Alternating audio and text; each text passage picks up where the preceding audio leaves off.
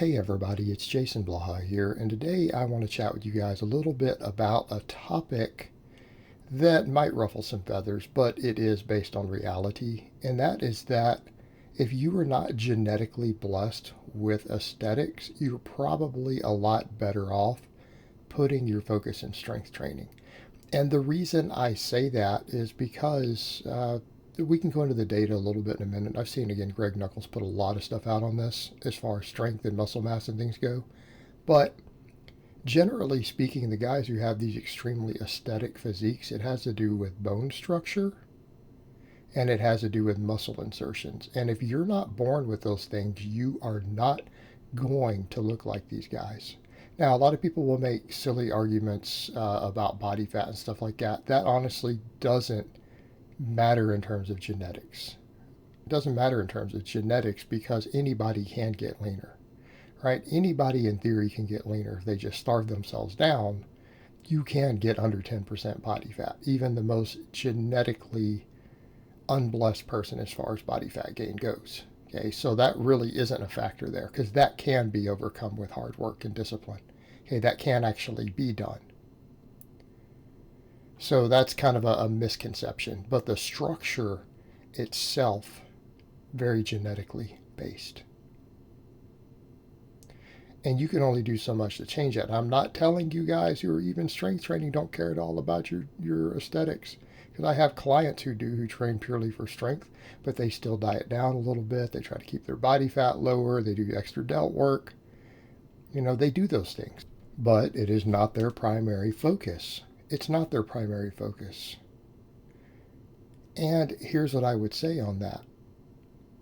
If you fall into that category and you try to look like, and you put all your efforts into trying to look like this guy who's in the top 5% genetics for structure, muscle insertions, who also probably uses a little bit of trend, if you spend all your training time trying to look like him, you are never going to look even close. You're going to fall short and you're going to end up feeling disparaged. Now, ironically, out of all of my clients, the most genetically gifted one of my clients trains only for strength. He just doesn't care. All he cares about is his max lifts. And ironically, because of his genetics, he still looks better than all the rest of us. Okay, he runs powerlifting type programming. We don't do anything else. Like he runs straight conjugate West Side type training. And he looks more aesthetic than all of us. It's called genetics. He's a genetic freak. Okay? Let that sink in. My most aesthetic client is a genetic freak and he just trains for powerlifting. He looks like a bodybuilder. With no drugs. What are you going to do, guys? Life isn't fair. And he doesn't even care about aesthetics at all. So, for all the rest of us, here's the point I'm going to make. Train for strength. And the reason I say that, strength is objective. Strength is objective. Either you can lift a weight or you cannot. Either you can lift the weight or you cannot. Now, people will come in and say, okay, Jason, I get that. I don't want to get caught up chasing an aesthetic that's subjective and it'll cause me to have body image disorders, because it will. I'm going to tell you guys right now, you want to know why guys get body image disorders? They chase aesthetics looking at these extremely genetically gifted people. That's a non-objective thing. Okay, beauty's in the eye of the beholder. They chase this, but they're chasing something that they will never be able to achieve. And it becomes their ideal and their focus. That is, again, hard to quantify. It's where you get these body image disorders. Plenty of guys, and I know plenty of guys who develop body image disorders purely as a result of that, who didn't have them before. Again, you walk into dangerous territory. With strength, everybody can get stronger. And strength is objective. Either you can deadlift 405 pounds or you cannot. Either you can deadlift 510 or you cannot. Either you can squat 365 or you cannot. There's no ambiguity. Okay. Quantifiable numbers. And as we train for it, All of our training numbers are quantifiable. And if you get calibrated plates like I use, even more so, man, you know exactly what you lifted for exactly how many reps. Okay? It's objective. Now, people will say, but isn't there a genetic component? Leverages, that's it.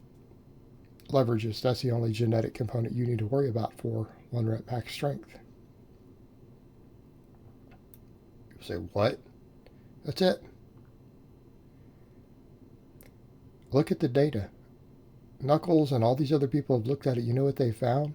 That people who have the athlete genes, the ultra fast twitch fiber dominant people, they gain strength faster. They don't get stronger. They end up being, when we start testing 1 rep max strength on big exercises, muscle fiber distribution doesn't really matter that much. It matters a little. You know what matters the most? Hypertrophy. In other words, all the muscle fibers contribute. Okay? And a person who doesn't have a lot of fast twitch fibers, if they go ahead and hypertrophy all their intermediate fibers and their slow twitch fibers maximally, they end up getting really strong also. Because those all actually contribute quite well to your 1 rep max strength. When you actually get to a max and all the muscle fibers fire, the actual slower twitch fibers actually contribute quite well. We come back over to the other thing. Sprinting and jump height is very genetic. Okay? If you have a 20-inch vertical leap and you try to compare yourself to a guy who has a 36-inch vertical leap, you will never catch him on speed or power. No matter how hard you train, no matter what substances you put into your body, you will never, ever catch him on jump height or sprint times. You do not have the genetics or the biology to do so. And no amount of training will change that. So again, that's a genetic thing. Strength isn't. Now, do we have people who have amazing leverages for given lifts? Yes, we do. And occasionally in powerlifting, you'll get someone who just happens to have perfect leverages for all three. That's very rare, because usually with stuff like the big three, one person's leverages, it helps you at one exercise and hurts you at another. You get a few freaks who are just blessed with a perfect structure all the way around. It does happen. People say, well, what about height? Because some people just got more strength potential than others. Well, you have weight classes. Okay, now, if we want to talk about absolute strength only, how big's your total? Okay, genetics matters for that more. When you go to weight classes and you go into relative strength, even in strength standards, it largely starts removing the genetic component. I'm not saying some people won't have advantages, but it's nothing like the advantages you're going to see chasing aesthetics. And it's nothing like the advantages you're going to see on things like vertical leap or sprint times. Okay, it is so minor in comparison to those things. It's not going to matter much. And what we found, and even the starting strength guys have pointed this out, every person can get stronger. In other words, if you train hard enough, no matter how strong you are right now, you can be stronger next year and the year after and the year after. In some cases, some people continue to gain strength well into their 40s and 50s. There are guys in their 50s who've deadlifted 600 and 700 pounds in competitions. Okay, they're there. They are there. Food for thought.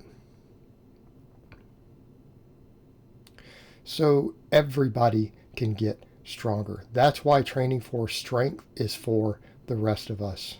Okay? Physique competition, if you want to do that, you better be genetically blessed in that. You want to play American football, you better be genetically blessed in that. Strength doesn't rely on genetics. And the moment you start throwing weight classes into strength sports, or we start using relative strength standards for body weight and Wilks scores and strength charts, genetics becomes very, very minor. Will your genetics affect your optimal training and programming? Yes. But it won't severely impact your potential. And that's the take home there. You can get stronger. So again, training for strength is for the rest of us. That's why I've heard powerlifting called a sport for the rest of us. It's a sport for the rest of us. Not as reliant on genetics. And if you guys don't believe me, everyone has pointed out repeatedly, I have the worst genetics in YouTube fitness, right? Everyone says that. How many of those guys can I lift more than? Because I train harder and I know more about training than they do. So I end up beating them. I end up beating them at the one thing that doesn't rely on genetics. All right, guys, but that's really all I have to say on that today. I hope it's been informative, and I will talk to you guys next time.